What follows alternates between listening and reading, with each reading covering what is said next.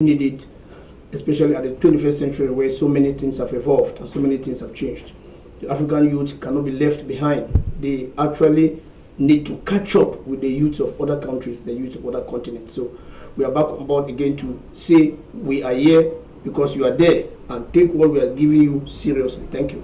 You're welcome. And looking at our topic, giving African youth a new hope and perspective, I'm more focused on the word hope. Is there a reason for us to like sit and blink, or maybe think that the African youth are they fine?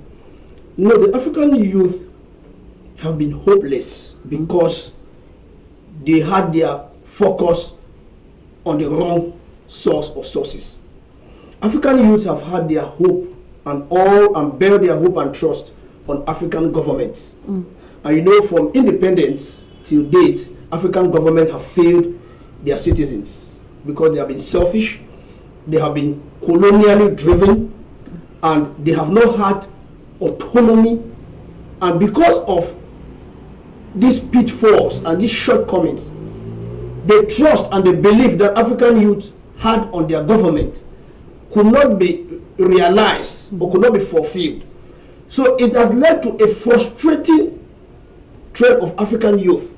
But the good thing is that there are some nations whereby the youth were smart. They knew that nothing good can come forth from such governments, and they decided to remove their eyes from the government and focus their eyes elsewhere, especially in the areas of entrepreneurship and business, which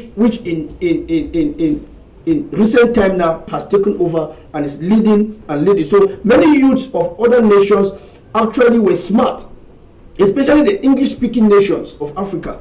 The French-speaking nations of Africa were very slow and too government-focused.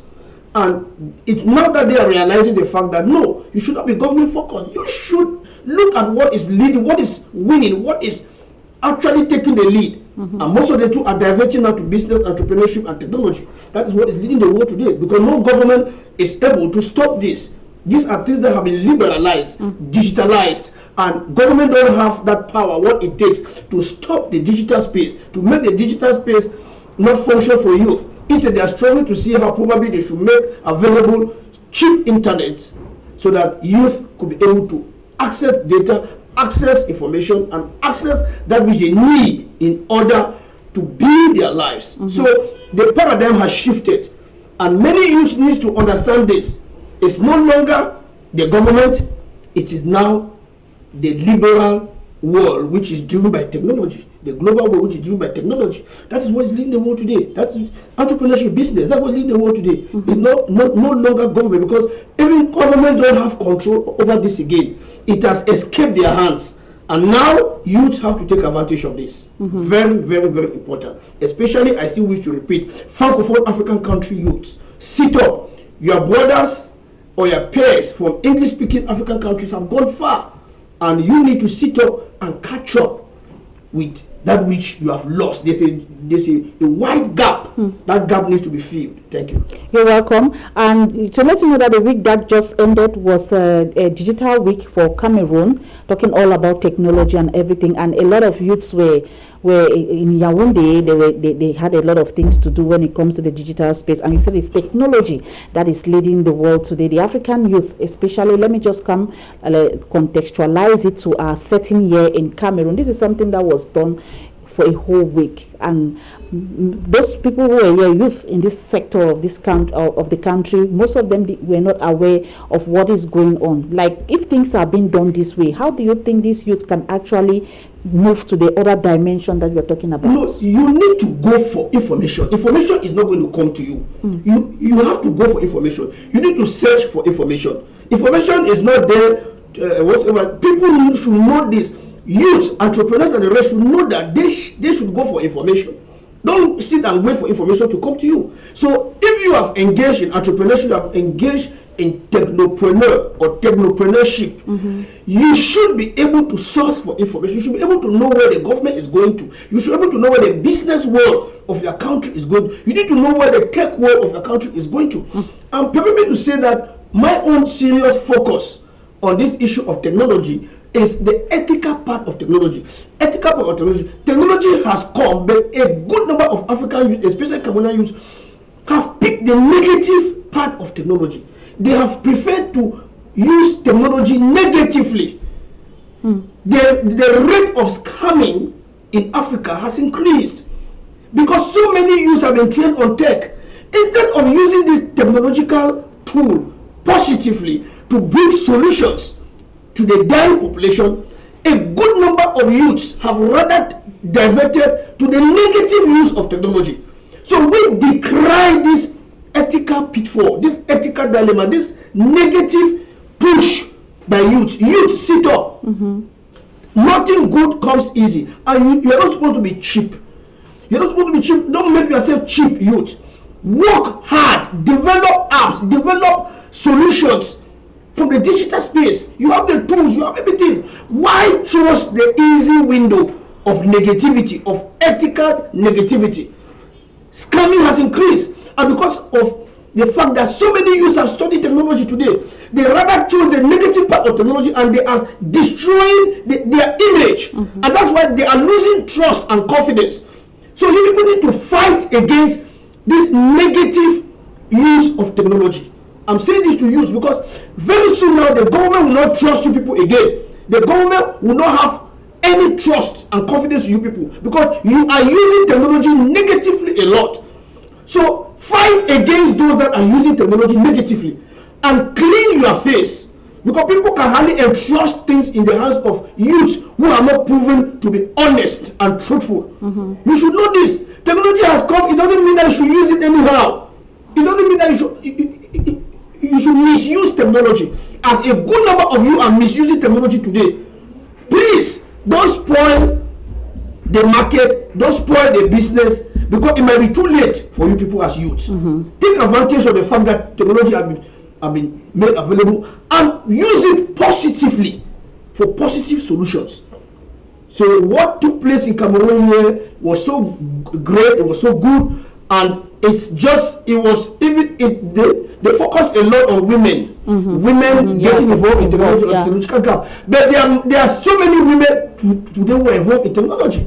Of course, it's no longer a problem. It's no longer an issue. Women are so much involved in tech. They are even leading in many areas, in many domains. So it's no longer a problem. There are other problems that women should face. It's not technology, because a good number of women are involved in technology today. Technology has come to stay. Technology has come to evolve and to change business processes and business models.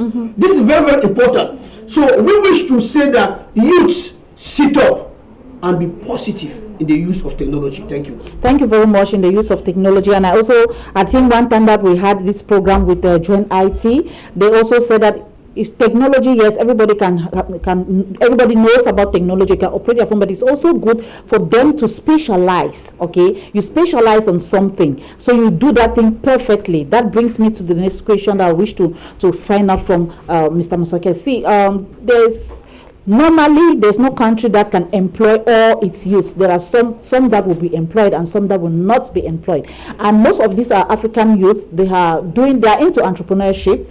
But I wish to ask, especially us here, you know, when you talk, you look at around you so that you back what you're saying.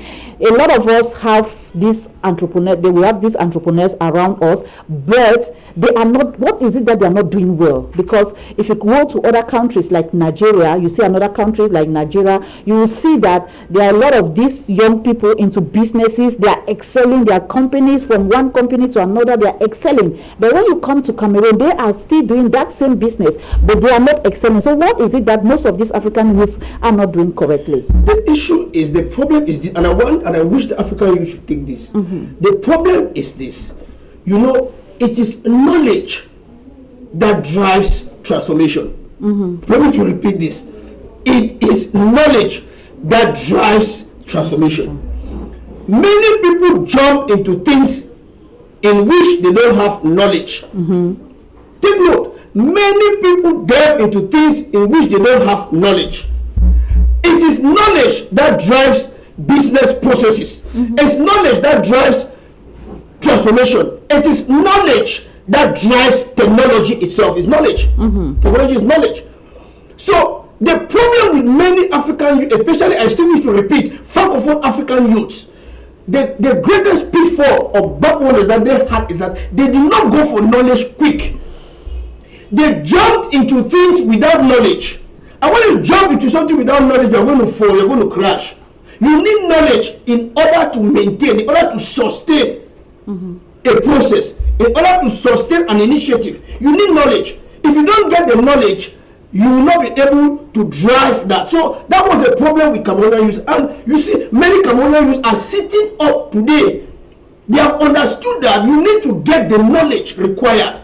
You don't just need to jump into something and you are there blindly. You don't know how it functions. You don't know the processes. You don't know the stages and so on. And in blindness, you crash. But many other African youths were smart to study, to gain knowledge, to gain tech knowledge, to gain marketing knowledge, to gain business, to gain knowledge in entrepreneurship, so that they have the what we call the foundation.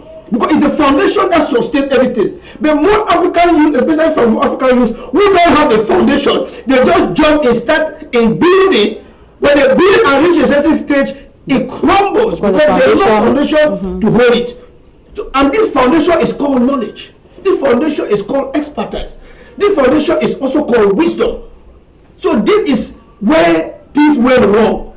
So go for knowledge first before you dive into the complex business world, before you dive into the complex technological world. It's not easy, and it will never be easy. Let's not jump knowledge. There's one thing I want